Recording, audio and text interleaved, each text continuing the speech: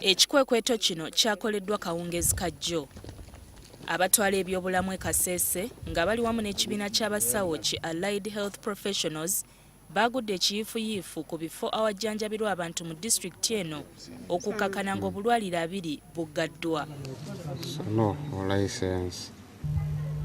Eddwaliro lino erimanyiddwa nga Carol Mama Maria Health Center 3 nalyo teryalutonze.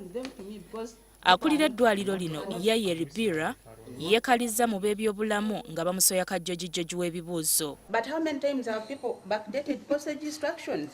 I don't think I'm the first one to make such an arrangement.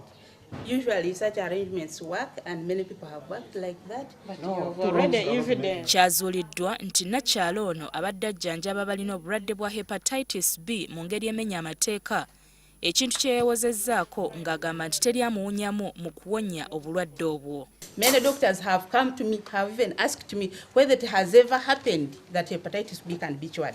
They don't know, and many of them don't know even the regimens. Immediately we are closing the facility. We are taking option number 3. There are 3 options. Improving the gaps identified within 2 weeks, but the gaps were many.